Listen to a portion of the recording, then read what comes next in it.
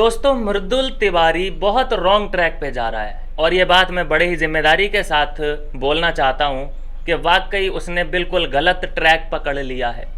एक नीरज गोयत आया था बिग बॉस में और एक आया था नेजी दाबा।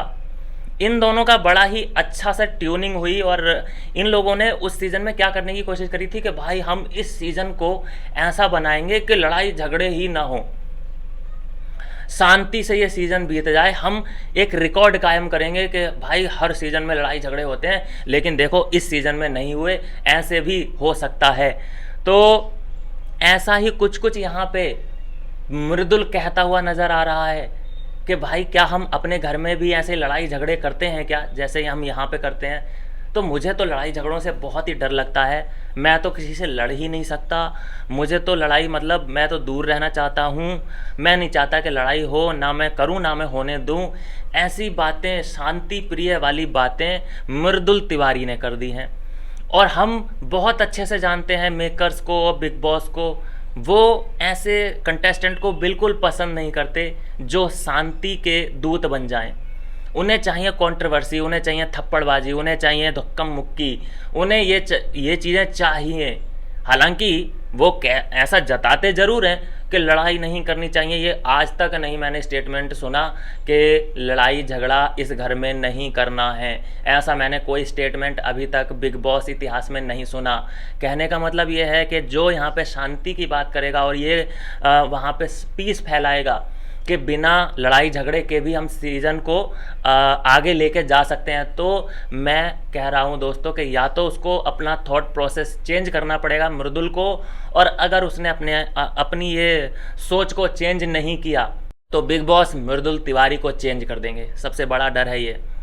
अगर यही प्रोसेस के साथ चला कि मैं ना झगड़ा करूं ना करने दूं, क्योंकि बातें ऐसी कर रहा है वो कि हम जैसे घर में वाइब बना के रखते हैं, बढ़िया सुगंधित धूप जलाते हैं, सुबह शाम थोड़ी प्रे करते हैं, अच्छा सा म्यूजिक प्ले करके रहते हैं दिन भर कानों में, और हम ये सोचते हैं किसी से ना लड़ाई झगड़ा किया जाए, अच्छे से पूरा दिन बीत जाए।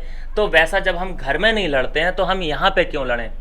तो ये बातें हैं। अब ये कौन समझाए मृदुल को कि मृदुल मियाँ, जो अपना घर होता है पर्सनल, उसकी बात अलग होती है। ये बिग बॉस का घर है और यहाँ पे अभी तक कोई सीज़न ऐसा नहीं बीता है, 18 सीज़न कंप्लीट हो गए कि कोई लड़ाई झगड़े ना हुए हों। चलो पिछले सीज़न की तो छोड़ ही दो, इसी सीज़न में हो चुका है ना ये बशीर अली का हो चुका है कुनिका के साथ। ऐसा हो पॉसिबल ही नहीं है अगर लड़ाई झगड़े ना हो। लोग अपनी बात, मतलब यहाँ पे तो कई प्रकार के प्राणी आते हैं, कोई शांति प्रिय और कोई ऐसे आता है सीना चौड़ा करके कि भाई मैं ही मैं हूँ, बाकी तो सभी यहाँ पे फुद्दू लोग बैठे हैं।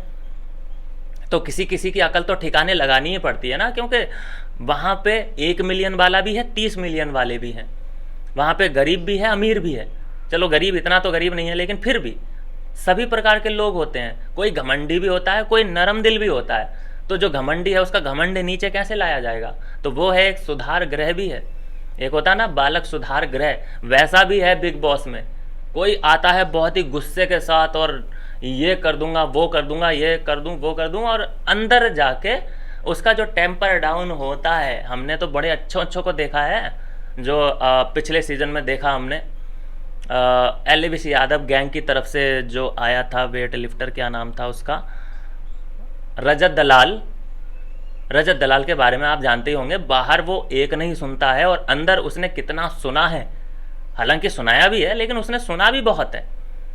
तो ये सब होता है बिग बॉस के अंदर। अब यहाँ पे अगर मृदुल तिवारी की सोच ये रही, और अभी तो चलो गौरव खन्ना से ये बात की है कि यार मैं तो ऐसो आदमी हूँ कि मैं ना चाहता हूँ कि मेरी काऊ से लड़ाई हो और मैं काऊ से भिड़ूँ, मैं तो लड़ाई से दूर रहता हूँ। ऐसे करके बात गौरव खन्ना से करता हुआ मृदुल तिवारी नज़र आ रहा है।